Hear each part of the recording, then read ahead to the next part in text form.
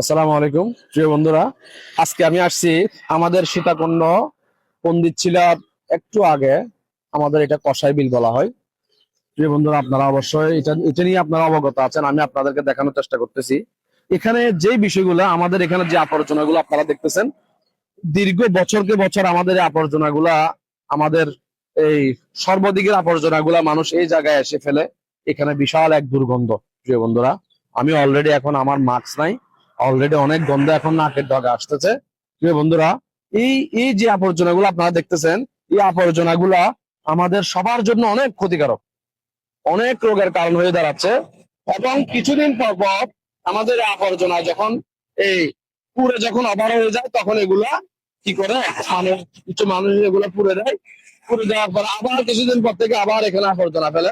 প্রিয় বন্ধুরা, একসময় আমাদের এখানে গরুও জবাই হইতো, এখন কিন্তু হয় না।